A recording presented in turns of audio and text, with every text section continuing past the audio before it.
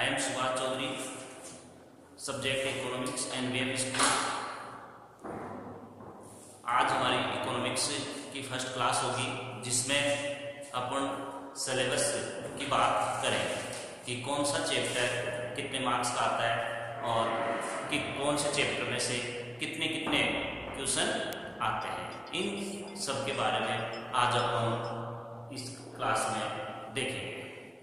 ठीक है, पहले अपना जो सब्जेक्ट था इकोनॉमिक्स, उसमें 12th क्लास में माइक्रो और मैक्रो चलती थी, लेकिन अभी माध्यमिक शिक्षा बोर्ड द्वारा इस सिलेबस को चेंज करके एनसीईआरटी का जो सिलेबस था वो इसमें डाल दिया। और अब जो माइक्रो मैक्रो इकोनॉमिक्स थी उनमें से एक माइक्रो इकोनॉमिक्स है वो 11th क्लास में आएगी और 12th क्लास में पहले वाला जो सिलेबस था उसके अकॉर्डिंग ही माइक्रो और मैक्रो दोनों की प्रोसेस चलेगी।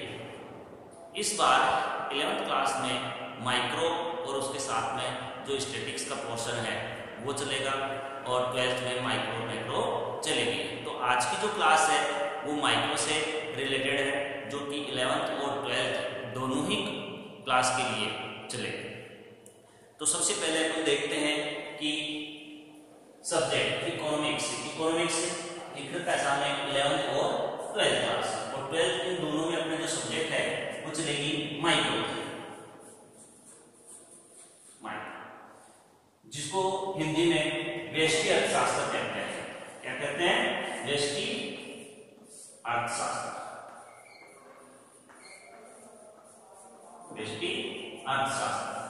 ठीक है, ये 11th और 12th दोनों ही कक्षाओं में समान रूप से चलेगी, तो ये वीडियो दोनों ही कक्षाओं के लिए लाभदायक होगा। सबसे पहले मैं आपको बता देना चाहूँ कि 12th क्लास वाले जो स्टूडेंट है उन्होंने पहले ही 11th क्लास में देख लिया था कि माइक्रो मैक्रो होती क्या है। दोनों के बारे में संक्षिप्त जो विवरण था वो आप सबको दे दिया था, आप सब जानते हैं। तो आज जो माइक्रो इकोनॉमिक्स है उसका फर्स्ट चैप्टर स्टार्ट करते हैं। तो माइक्रो इकोनॉमिक्स का जो फर्स्ट चैप्टर है वो है इंट्रोडक्शन, यानी अपने सब्जेक्ट के बारे में परिचय।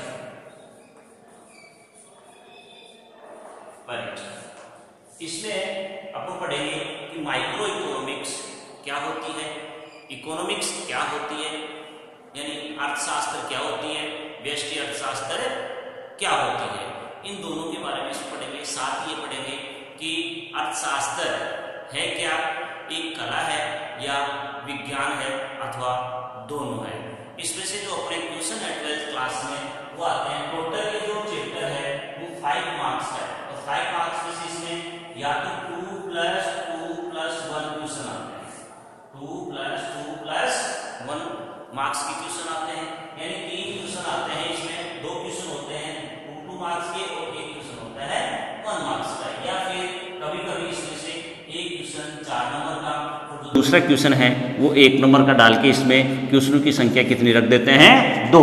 यानी इस चैप्टर में से जो भी क्वेश्चन पूछा जाएगा वो या तो 2 नंबर के 2 और 1 नंबर का 1 पूछा जाएगा, या 4 नंबर का 1 और 1 नंबर का 1 पूछा जाएगा। ये इसमें है। अब सबसे पहले बात आती है कि अर्थशास्त्र होती क्या है।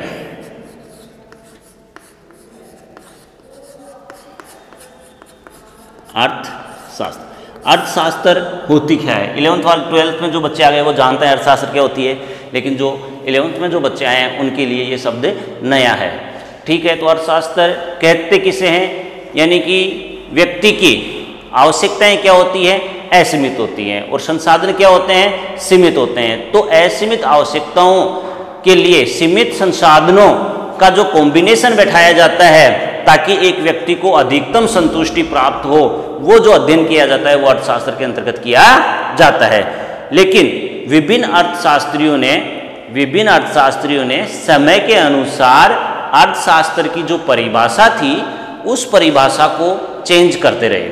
यानी विभिन्न अर्थशास्त्री थे, वो अर्थशास्त्र की जो परिभाषा थी उस परिभाषा को उन्होंने चेंज किया, और चेंज करते करते वर्तमान में जो परिभाषा है वो विकासात्मक परिभाषा की तरफ जा रही है। तो सबसे पहले अर्थशास्त्र है, इसकी जो परिभाषाएं थी, इन परिभाषाओं को आप देख चुके हो कि 11वीं क्लास में भी हमने पढ़ा था कि अर्थशास्त्र की जो ये परिभाषाएं हैं, इन परिभाषाओं को मुख्य रूप से 5 भागों में विभाजित किया था। 5 भाग कौन कौन से थे? एक तो धन संबंधी परिभाषाएं थी, दूसरी आवश्यकता संबंधी परिभाषा थी, आवश्यकता विहीनता संबंधी परिभाषा थी, विकासात्मक परिभाषा थी और दुर्लभता प्रधान परिभाषाएं थी। ठीक है, सबसे पहले जो परिभाषा आई थी वो 1 नंबर पे आई थी कि धन संबंधी परिभाषा। किससे संबंधित? धन संबंधी परिभाषा, धन संबंधी परिभाषा। और ये जो परिभाषा थी वो दी थी एडम स्मिथ, एडम स्मिथ और F.A. Walker, F.A. वॉकर। यानी धन संबंधी जो परिभाषा थी वो एडम स्मिथ और F.A. वॉकर के द्वारा दी गई थी। और भी अर्थशास्त्री थे, लेकिन अपने जो सिलेबस में है उसमें केवल और केवल 2 परिभाषाएं दे रखी है 11वीं क्लास में और 12th क्लास में जो फर्स्ट चैप्टर है उसमें, एक तो F.A. वॉकर और एडम स्मिथ। एडम स्मिथ की जो परिभाषा थी वो कहते थे कि अर्थशास्त्र वह विज्ञान है, अर्थशास्त्र वह विज्ञान है जिसमें धन संबंधी अध्ययन किया जाता है। यानी अर्थशास्त्र में केवल और केवल धन का अध्ययन किया जाता है, इसीलिए इनको बोलते हैं कि धन संबंधी परिभाषा इन्हीं के द्वारा दी गई थी। एक चीज और आपको मैं इसमें बता देना चाहता हूँ, कभी कभी 1 मार्क्स में 12th में इसका क्वेश्चन पूछ लेते हैं कि धन संबंधी परिभाषा किसके द्वारा दी गई थी? तो धन संबंधी परिभाषा एडम स्मिथ के द्वारा दी गई थी और एडम स्मिथ को ही अर्थशास्त्र का जन्मदाता अथवा पिता कहा जाता है।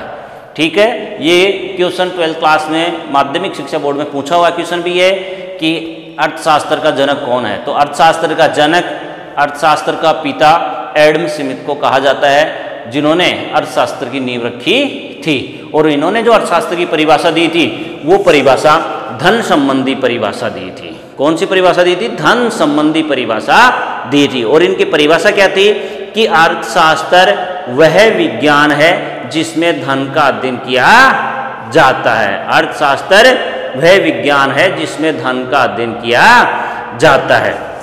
F.A. वॉकर, इनके द्वारा जो परिभाषा दी गई थी वो परिभाषा थी कि अर्थशास्त्र वह विज्ञान है, अर्थशास्त्र वह विषय है जिसमें धन एवं धन से संबंध रखने वाली आर्थिक क्रियाओं का अध्ययन किया जाता है। ये 2 परिभाषाएं हम इसमें पढ़ेंगे। दूसरी जो परिभाषा थी वो सीमितता प्रधान परिभाषा थी। दूसरी जो परिभाषा थी वो सीमितता प्रधान परिभाषा थी।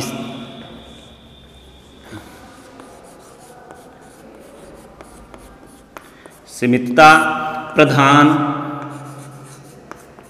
परिभाषा।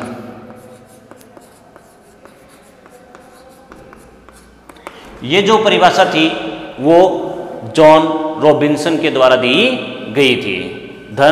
जो सीमितता प्रधान परिभाषा है ये परिभाषा जॉन रॉबिन्सन के द्वारा दी गई थी। और इनका कहना क्या था? इन्होंने क्या परिभाषा दी थी कि वर्तमान अर्थात अपनी प्रकृति पर संसाधन सीमित हैं, व्यक्ति की आवश्यकताएं असीमित हैं। संसाधन सीमित हैं और आवश्यकताएं असीमित हैं। इनका अध्ययन जिस विषय के अंतर्गत किया जाता है वही विषय अर्थशास्त्र कहलाता है। तो इनके द्वारा जो ये परिभाषाएं थी वो दी गई थी। सीमितता प्रधान परिभाषा जॉन रॉबिन्सन के द्वारा दी गई थी। इनकी परिभाषा के सामने 3 आते हैं कि कभी कभी ये बोलते हैं कि अर्थशास्त्र का अध्ययन क्यों आवश्यकता है। तो अर्थशास्त्र का अध्ययन आवश्यक है श्रीमती जॉन रॉबिन्सन के अनुसार कि प्रकृति पर संसाधन तो क्या है? सीमित है और आवश्यकताएं क्या हैं? असीमित है। तो इन असीमित आवश्यकताओं की पूर्ति के लिए इन सीमित संसाधनों का प्रयोग किस प्रकार से करें ताकि प्रत्येक व्यक्ति की जो आवश्यकताएं हैं उनको अधिक से अधिक संतुष्ट किया जा सके। तो ये 2 प्रकार की जो परिभाषाएं हैं, पहली धन संबंधी परिभाषाएं जो एडम स्मिथ और F.A. वॉकर के द्वारा दी गई थी। ठीक है, उन्होंने धन पर अधिक जोर दिया था। उसके बाद में दूसरी है सीमितता प्रधान परिभाषा जो मुख्य रूप से श्रीमती जॉन रॉबिन्सन के द्वारा दी गई थी। उनके अनुसार संसार